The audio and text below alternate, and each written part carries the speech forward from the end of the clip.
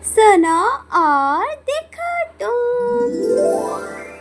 रात सिर्फ अंधेरा नहीं लाती, कभी कभी वो साथ लाती है। ऐसे साए जो इंसानों से भी ज्यादा जिंदा होते हैं। ये कहानी है एक ऐसे गांव की जहां लोग मरते नहीं, बल्कि किसी और के लिए जीते हैं, काली शक्तियों के लिए। और अगर एक बार तुम उस गांव में कदम रख दो, तो तुम्हारा लौटना सिर्फ एक सपना बन जाता है। मोहित, सच बताऊं तो दिल बहुत अजीब लग रहा है। जैसे हम किसी ऐसी जगह आ गए हैं जहां हमें नहीं आना चाहिए था। ये रास्ता देख, टूटा हुआ, पेड़ सूखे हुए, और सबसे अजीब बात, एक भी इंसान हमें देखकर मुस्कुरा नहीं रहा। ऐसा लग रहा है जैसे सबको पहले से पता हो कि हम यहाँ क्यों आए हैं, और शायद ये भी कि हम यहाँ से वापस नहीं जाने वाले। तू हमेशा इतना ओवरथिंक क्यों करता है यार? गांव है, शहर जैसा नहीं होगा। लेकिन एक बात मैं भी नोटिस कर रहा हूं। ये जो लोग हमें देख रहे हैं ना, इनके चेहरे पर डर नहीं है, बल्कि कुछ और है।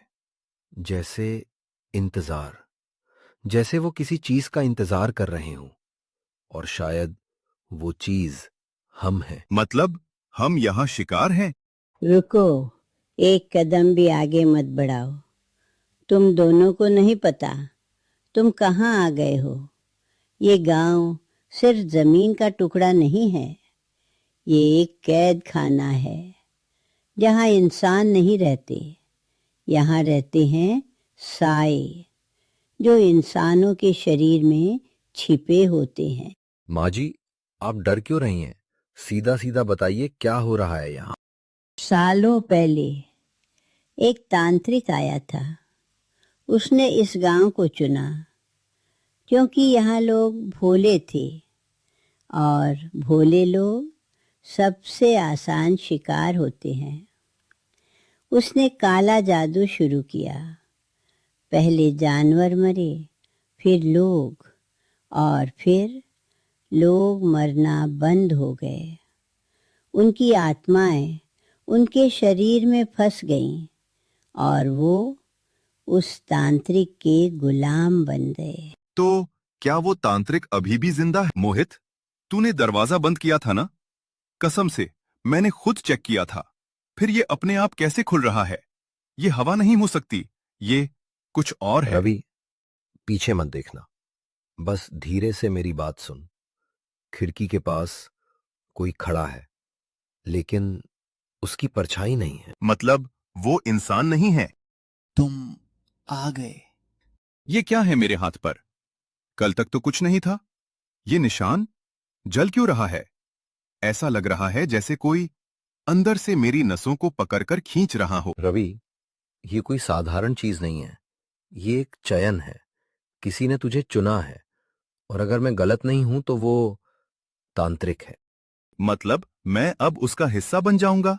नहीं नहीं, मैं ऐसा नहीं होने दूंगा। मैं खुद को खो नहीं सकता। तुम दोनों को यहां नहीं आना चाहिए था। ये गांव अब किसी का नहीं रहा। हम सब बस जिंदा लाश हैं, दिन में इंसान और रात में उसके नौकर। तो कोई तो होगा जिसने इसका विरोध किया होगा। हाँ, था, लेकिन अब वो भी उसी के साथ है। तुमने मुझे जगाया है। सालों से मैं इंतजार कर रहा था, एक ऐसे शरीर का जो मेरी शक्ति को संभाल सके, और अब मुझे वो मिल गया है। तू चाहे जितना ताकतवर हो, लेकिन हम तुझे खत्म करेंगे। खत्म? मुझे? मैं मौत नहीं हूं, मैं उससे भी आगे हूं। रवि, याद है जब हम छोटे थे, तू हमेशा कहता था कि चाहे कुछ भी हो जाए, हम एक दूसरे का साथ कभी नहीं छोड़ेंगे। आज वही दिन है। मैं तुझे इस अंधेरे में नहीं खोने दूंगा, चाहे मुझे अपनी जान क्यों ना देनी पड़े। तुम लोग आखिरकार यहां आ ही गए। मैं जानता था यह दिन जरूर आएगा, क्योंकि जब भी काली शक्तियां जागती हैं तो वो अपने लिए रास्ता खुद बनाती हैं, और इस बार वो रास्ता तुम दोनों हो। तुम समझ नहीं रहे, ये जो तांत्रिक है ना, ये कोई साधारण आत्मा नहीं है। ये वो शक्ति है जिसने मौत को भी अपने नीचे झुका दिया। उसने अपने शरीर को खो दिया, लेकिन अपनी आत्मा को हजारों टुकड़ों में बांटकर इस पूरे गांव में फैला दिया। इसलिए उसे खत्म करना इतना आसान नहीं है। तुम एक को मारोगे तो वो दूसरे में घुस जाएगा, तुम दूसरे को मारोगे तो वो तीसरे में जिंदा हो जाएगा। और अब उसने अपना सबसे मजबूत हिस्सा रवि में डाल दिया है। तो फिर हम क्या करें? क्या हम बस देखते रहें कि मेरा दोस्त धीरे धीरे खत्म हो जाए? नहीं, मैं ऐसा नहीं होने दूंगा।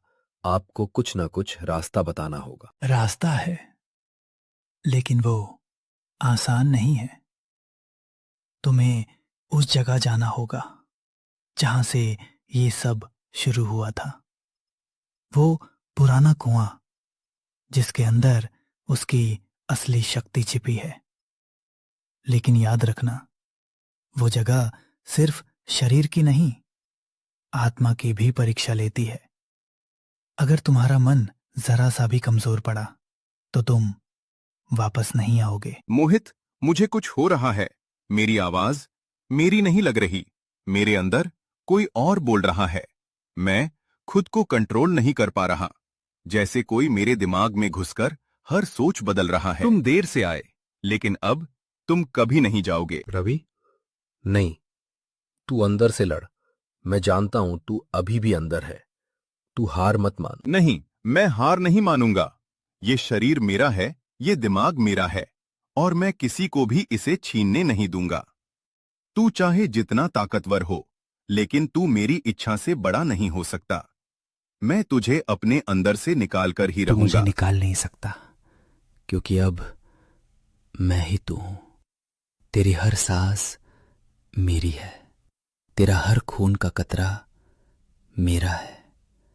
और धीरे धीरे तू खुद को भूल जाएगा और सिर्फ मैं रह नहीं, ये रास्ता पहले से ज्यादा डरावना लग रहा है। हर पेड़, हर आवाज जैसे हमें रोकने की कोशिश कर रही है। लेकिन मैं रुकूंगा नहीं, क्योंकि इस बार बात सिर्फ मेरी नहीं है। ये मेरे दोस्त की जिंदगी का सवाल है, और मैं उसे किसी भी कीमत पर खो नहीं सकता। वापस जाओ, ये रास्ता मौत की तरफ जाता है। डराने की कोशिश मत करो। मैं अब डरने वाला नहीं हूं। तुम यहां तक आ ही गए, लेकिन अब वापस नहीं जा पाओगे। तुम्हें लगता है कि तुम मुझे हरा सकते हो? मैं वो हूं जिसने इंसानों को अपनी उंगलियों पर नचाया है। मैं वो हूं जिसने मौत को भी अपने सामने झुकाया है। और तुम, एक साधारण इंसान, मुझे चुनौती दे रहे हो? हाँ, क्योंकि मैं अकेला नहीं हूं। मेरे साथ मेरी दोस्ती है, और वो ताकत जिसे तू कभी समझ नहीं पाएगा।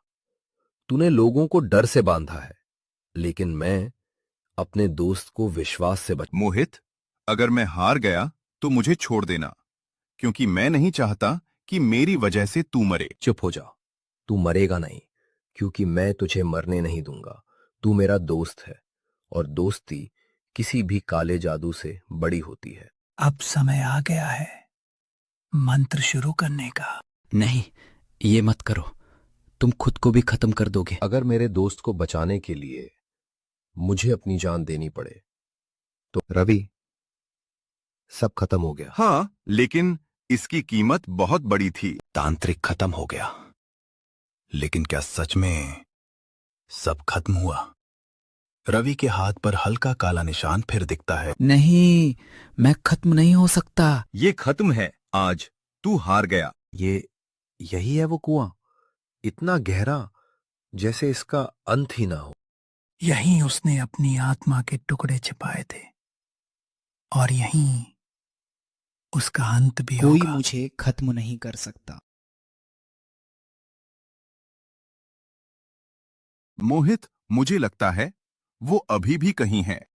मैं कभी खत्म नहीं होता, मैं सिर्फ इंतजार करता हूं। कुछ कहानियां खत्म नहीं होती और कुछ साए कभी साथ नहीं छोड़ते।